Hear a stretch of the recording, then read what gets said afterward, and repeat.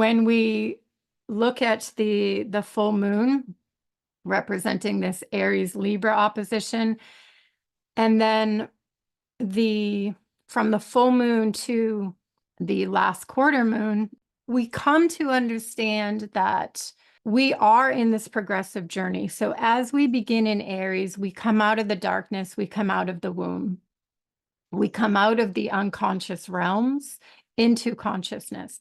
But Aries is still carrying that seed of the unknown.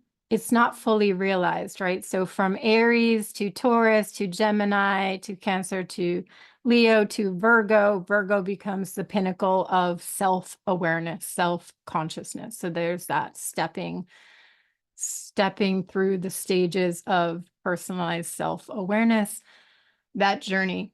And the same goes for the other side. When we get to Libra, it's like this first step into, reflection. This is how I affect other people, and this is how other people affect me. It's the mirror reflection. That's the first stage that Libra really gives us, is there are other perspectives. Of course, there's other needs. There's all this other, and it's going to affect me. And then I'm going to have to respond to it. And Libra is that archetype that it's really asks the question, like, how well are we doing that? Because it's part of the journey of growth, right?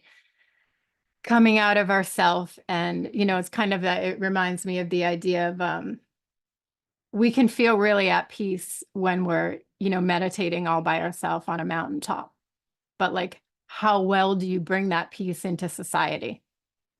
That's usually the harder part. And some people may argue it's hard to be alone.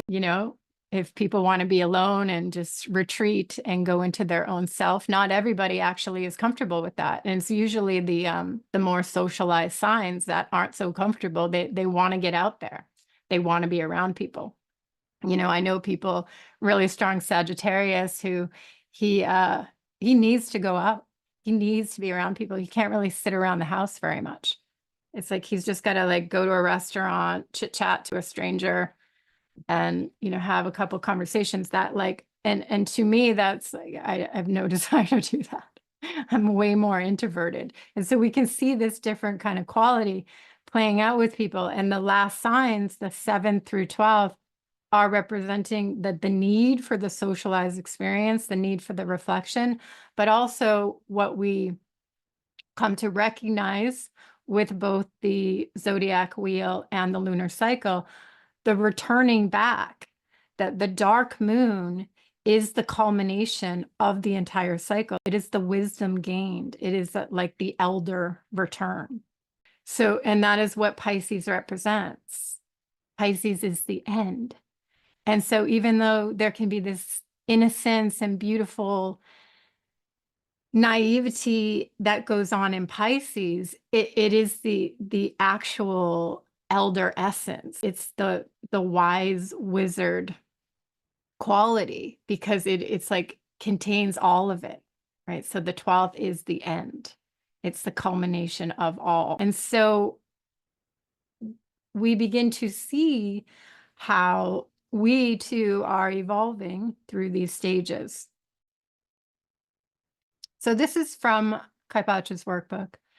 And you can see the sun is here. So the new moon is always a return to the sun. The full moon is always an opposition to the sun, with the earth in the center. So also, we understand that it is actually the earth that is moving and not the sun. So the earth is orbiting. So, when we say the sun is in Libra, it's actually the earth that is in Libra, right? It's the earth that is orbiting the ecliptic, not the sun.